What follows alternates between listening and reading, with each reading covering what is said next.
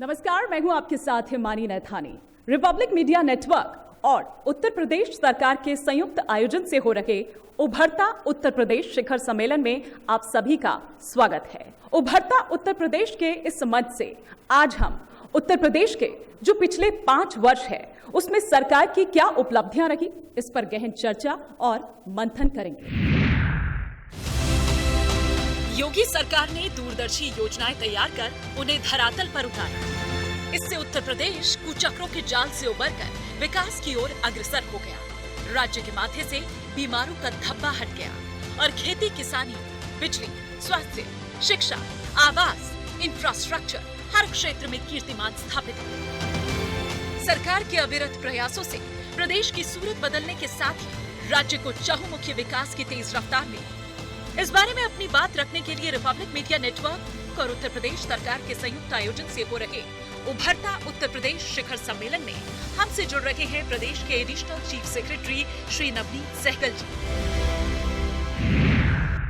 श्री नवनीत सहगल जी, जिनका उत्तर प्रदेश के information, MSME, export promotion, khadi और विलेज इंडस्ट्री के विकास में एक बड़ा योगदान रहा है और इसके साथ ही उनका उत्तर प्रदेश में काम करने का जो अनुभव है उन्हें सबसे अलग बनाता है। सबसे पहले मैं धन्यवाद करूंगा रिपब्लिक नेटवर्क का कि उन्होंने ये कार्यक्रम आयोजित किया और एक जो सरकार का पक्ष है वो आम जन तक पहुंचाने का काम कर रहे हैं।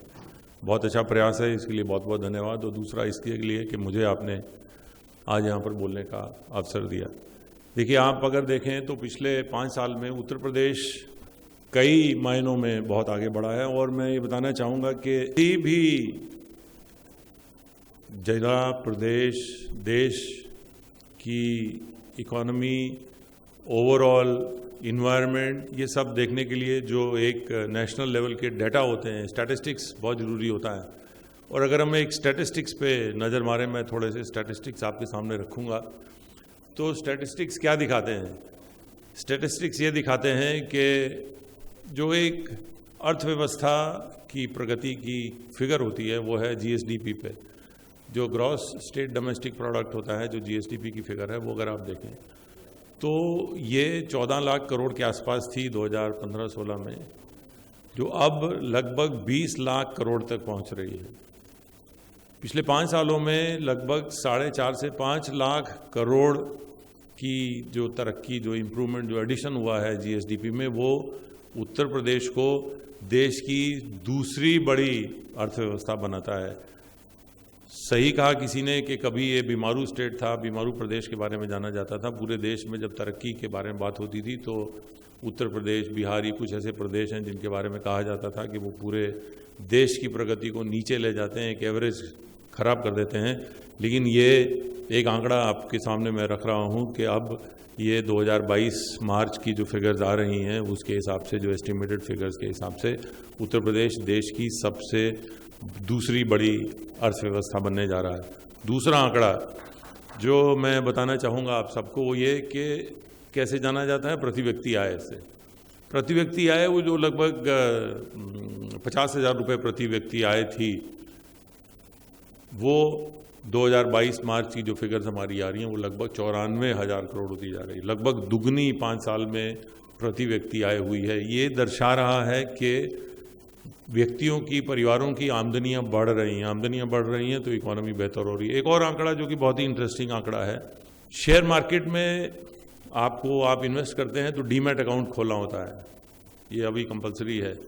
तो डीमैट अकाउंट की अगर संख्या देखें तो उत्तर प्रदेश देश में तीसरे नंबर पर है। महाराष्ट्र, गुजरात के बाद उत्तर प्रदेश लगभग 55 लाख डीमैट अकाउंट्स यहाँ खोले। ये बॉम्बे स्टॉक एक्सचेंज की फिगर है। ये तीनों आंकड़े अगर आप एक परिप्रेक्ष्य में देखें तो आपको साफ पता चलता है कि उत्तर प्रदेश नए भारत का नया उत्तर प्रदेश, एक उभरता हुआ उत्तर प्रदेश, जो कि अभी अपनी स्ट्रेंथ पे, अपनी इकोनॉमी की स्ट्रेंथ पे देश में दस्तक दे रहा है कि यस वी आर देयर, हम लोग पहुँचे हैं, वी हैव अराइव्ड।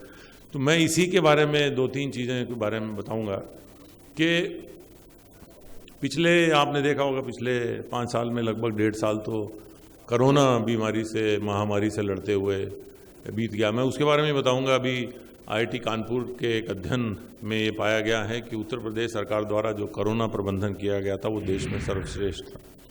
देश में सबसे बड़ी आबादी का प्रदेश होते हुए भी जब आप दूसरे प्रदेशों से इसका तुलना करें, केरल से, महाराष्ट्र से, अन्य प्रदेशों से जिनकी की आबादी उत्तर प्रदेश के आधी भी है, आधी से भी कम है, कुल मामले कोरोना के उत्तर प्रदेश में इन सब प्रदेशों से बहुत कम रहे हैं और अभी भी प्रतिदिन बहुत मामूली संख्या आ रही है।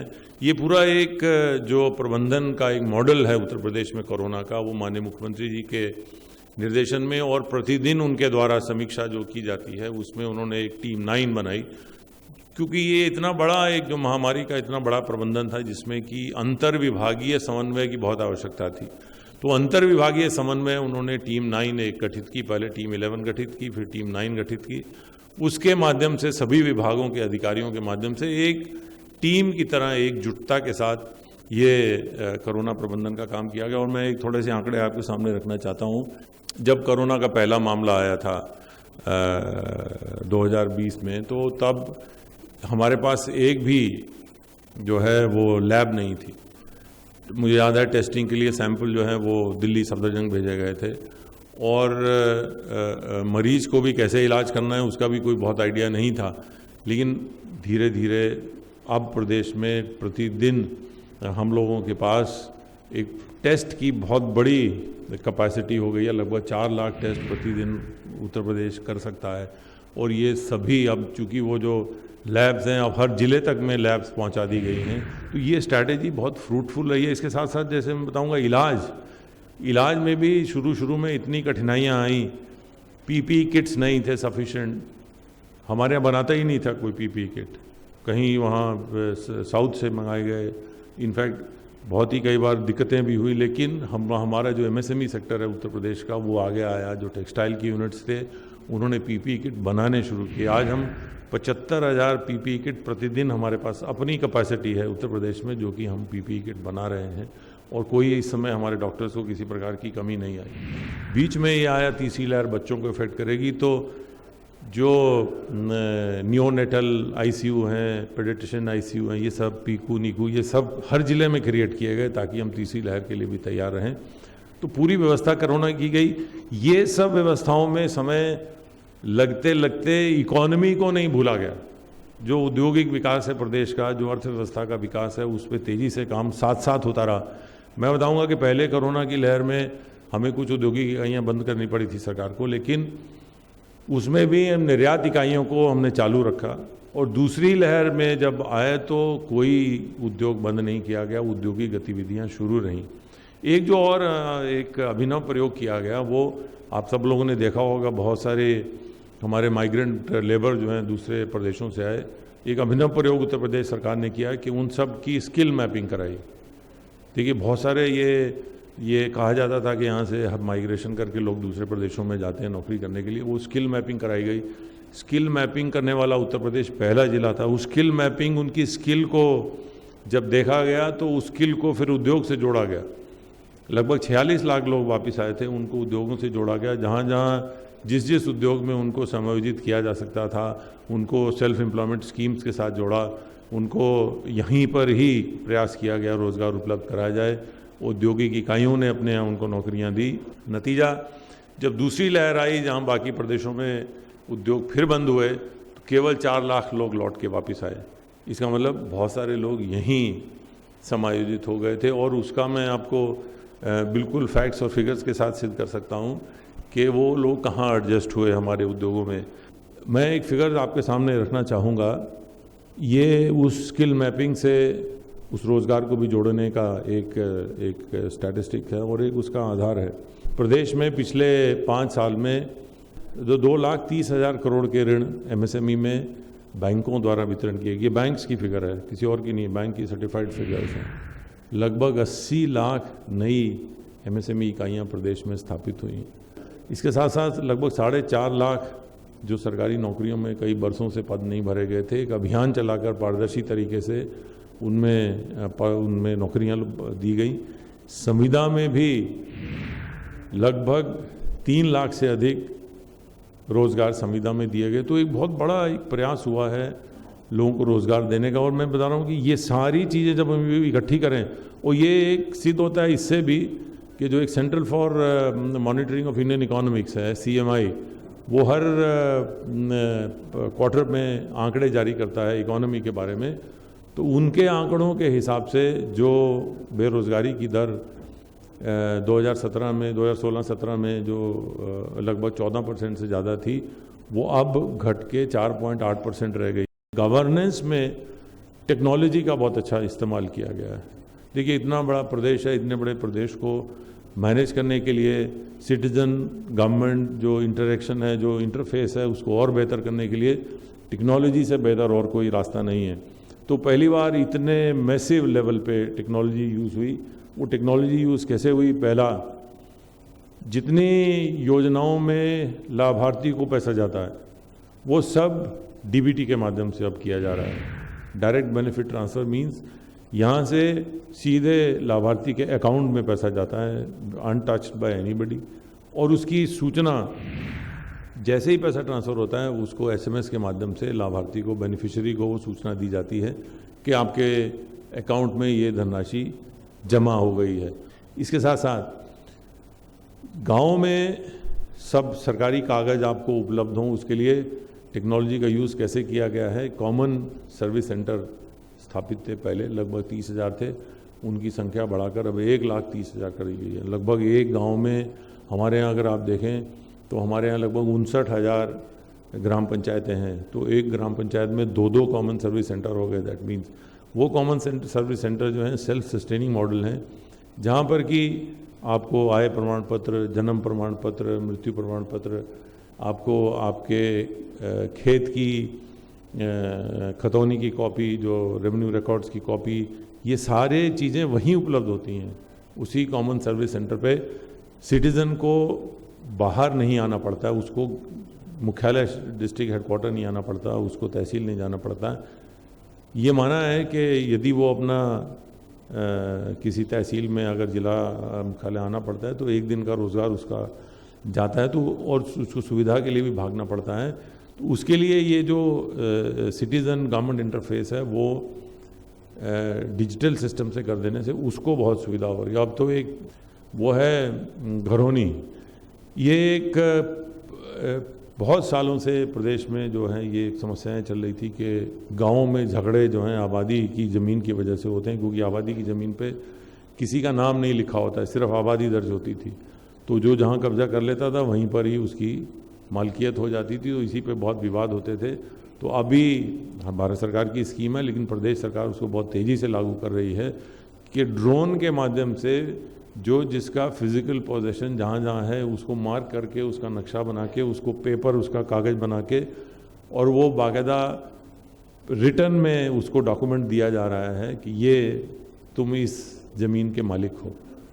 वो ये ऐसे सुनने में बहुत आसान लगता है, लेकिन इसका बहुत बड़ा मतलब है। इसका बहुत बड़ा मतलब ये है कि आप उस परिवार की क्रेडिट वर्दीनेस बढ़ा रहे हैं। कैसे बढ़ा रहे हैं कि अभी तक उसके पास उस ज़मीन का, जिसमें उसका घर था, कोई कागज़ नहीं था कि उसके नाम है वो। अगर उसको बैंक से कोई पैसा रेज करना था तो बैंक उसको पैसा नहीं देता, क्योंकि उसका नाम ही नहीं है। अब जब उसका नाम का कागज़ बन रहा है, बाकायदा नक्शे के साथ बन रहा है, तो दो काम हो रहे हैं। एक तो झगड़े ख़त्म हो रहे हैं, क्योंकि सबको ईयर मार्क हो जा रही हैं, सबकी सीमाएं, सबके घरों की, सबकी नाली, सबका ये किधर किधर है। और दूसरा, उसके नाम ज़मीन हो रही है, वो बैंक के साथ पास जाके आसानी से जो है वो ऋण उपलब्ध उसको हो जाएगा, और बैंक्स ने ये करना शुरू किया है। तो एक बहुत बड़ा ये एक क्रांति है। लगभग 25 लाख लोगों को माननीय प्रधानमंत्री जी के हाथों से कुछ दिन में ये कार्यक्रम भी कराया जाएगा। तो ये जो पूरा ये गवर्नेंस में टेक्नोलॉजी का जो एक माध्यम अपनाया गया, मैं इसमें बता रहा हूँ कि जैसे राशन की दुकानें हैं, राशन वितरण में इतना ज़्यादा शिकायत होती थी, तो अब उसमें पॉस मशीन एक आती है, पॉइंट ऑफ सेल्स मशीन, जिसके माध्यम से वो अंगूठा लगा के आप उसका वो जो आपका डिस्ट्रीब्यूशन हो रहा है, आप देखेंगे कि इतना पारदर्शी और बेहतर डिस्ट्रीब्यूशन उसका हो रहा है कि सरकार को जो हर साल हो सकता है चोरी में चले जाते रहे हों, 1200 करोड़ रुपए की बचत हुई पिछले वर्ष। यही कि सही वितरण हुआ और वो सही आदमी को पहुंचा, शिकायतें बहुत कम हुई। इसी तरह से पिछले 5 साल में किसानों से रिकॉर्ड गेहूं और धान खरीदा गया। पिछले 5 साल से उससे पिछले साल के दोनों के अगर पिछले 10 साल का संख्या मिला ली जाए टोटल मीट्रिक टन्स में, तो उससे भी ज़्यादा पिछले 5 साल में किसानों से धान और गेहूं खरीदा गया। और वो भी अब पॉइंट ऑफ परचेज एक मशीन उसी में लगाई गई कि वो खतौनी देख के और उसमें इंश्योर करके कि जिसकी ज़मीन है उसी से धान या गेहूं खरीदा जा रहा है, उसी किसान से खरीदा जा रहा है। तो ये व्यवस्था भी साथ के साथ की गई। तो हर जो जहाँ भी सिटीज़न इंटरफेस है गवर्नमेंट का, हर जगह पर ये प्रयास किया गया है कि टेक्नोलॉजी का यूज़ करके आसान सरकार की प्रक्रियाओं को बनाया जाए, ताकि किसी भी नागरिक को सरकार से जो सुविधा लेनी है उसके लिए बहुत भाग दौड़ ना करनी पड़े। अगर ऑनलाइन हो सकती है तो उसको घर बैठे हुए वो सुविधा मिले। एक और प्रोग्राम जिसके बारे में मैं ज़रूर बताना चाहूँगा और जो कि पूरे देश में माननीय प्रधानमंत्री जी ने अभी वाराणसी में उसके बारे में प्रदेश सरकार की तारीफ भी की और ये कहा भी कि पूरे सभी प्रदेशों को इस प्रकार का एक प्रोग्राम चलाना चाहिए। वो है एक जनपद एक उत्पाद, 1 डिस्ट्रिक्ट 1 प्रोडक्ट। देखिए, उद्योगों की प्रगति में जो है चाइना को आगे माना जाता है, तो सबसे जो मॉडल है उद्योगों का वो क्लस्टर मॉडल है कि अगर आप एक क्लस्टर में कोई उद्योग को प्रमोट करते हैं तो उसको बेनिफिट ऑफ वॉल्यूम्स मिलता है। वहाँ पर हर तरह का स्किल इम्प्रूवमेंट हो या आपका मार्केट की बात हो, वो अगर वॉल्यूम्स रहेगा तो सब चीज़ें वहाँ पर उपलब्ध होंगी। तो ये 1 डिस्ट्रिक्ट 1 प्रोडक्ट उसी सिद्धांत पे है कि एक ज़िले के जो हमारे पारंपरिक जो ट्रेडिशनल प्रोडक्ट्स थे, उन प्रोडक्ट्स को, जो ऐसे प्रोडक्ट थे जो कई हज़ारों साल से चल रहे थे लेकिन उसकी ओर ध्यान नहीं गया था, अब ऐसे प्रोडक्ट को चिन्हित किया गया। लगभग 75 जिलों में 57 प्रोडक्ट ऐसे चिन्हित किए गए हैं जिनको कि प्रमोट किया जा रहा है। सबसे पहले डायग्नोस्टिक स्टडी कराई गई, हर प्रोडक्ट का स्वॉट एनालिसिस हुआ, फिर उसमें से जो कमियां निकली हैं उसमें उसको 2 हिस्सों में बांटा गया कि हार्ड इंटरवेंशंस कौन सी हैं, सॉफ्ट हैं। Soft means policy level intervention, hard means आपको इंफ्रास्ट्रक्चर अगर वहाँ पे क्रिएट करना है। तो ये पूरा एक मिशन की तरह से, अभियान की तरह से चल रहा है और उसका असर ये है कि प्रदेश का जो निर्यात है वो पिछले 3 साल में लगभग 40% बढ़ा है और उसको और ODOP के माध्यम से और बढ़ाने की कोशिश की जा रही है। इकोनॉमी में बहुत अंतर आया है, रोज़गार के साधन बढ़े हैं, वो प्रोडक्ट प्रमोट हुआ है। ये सभी ऐसे प्रोडक्ट हैं जहाँ की लोग कई सदियों से उसी काम में लगे हुए थे, तो वहाँ लोकली स्किल भी मिल जा रहा है, उसको स्किल इम्प्रूवमेंट कराना भी आसान हो रहा है। और चूँकि पहले से ही इन्वायरमेंट है तो उसको फॉरवर्ड बैकवर्ड लिंकेजेस दोनों बनाने में आसानी हो रही है। तो ये एक योजना पूरा एक तरह से पूरे हमारे जो लघु और मध्यम उद्योग हैं उनमें एक गेम चेंजर की तरह है और प्रदेश में अधिक से अधिक जो है रोज़गार पैदा करने के अवसर जो है ये प्रदान कर रहा है। तो ये कुछ आंकड़े और कुछ फैक्ट्स थे जो मैंने सोचा मैं आपके सामने इसको रखूं और मैं फिर से रिपब्लिक नेटवर्क का बहुत बहुत धन्यवाद करूंगा। जो प्रदेश सरकार द्वारा किए जा रहे प्रयास हैं, जो उन प्रदेश सरकार द्वारा जो एफर्ट्स किए गए हैं, प्रदेश सरकार द्वारा जो नीतियां लागू की गई हैं, जिसका कि परिवर्तन, जिसका कि असर अब दिखाई दे रहा है, वो उसको आम जन तक पहुंचाने में हम सबको मदद मिलेगी। बहुत बहुत धन्यवाद।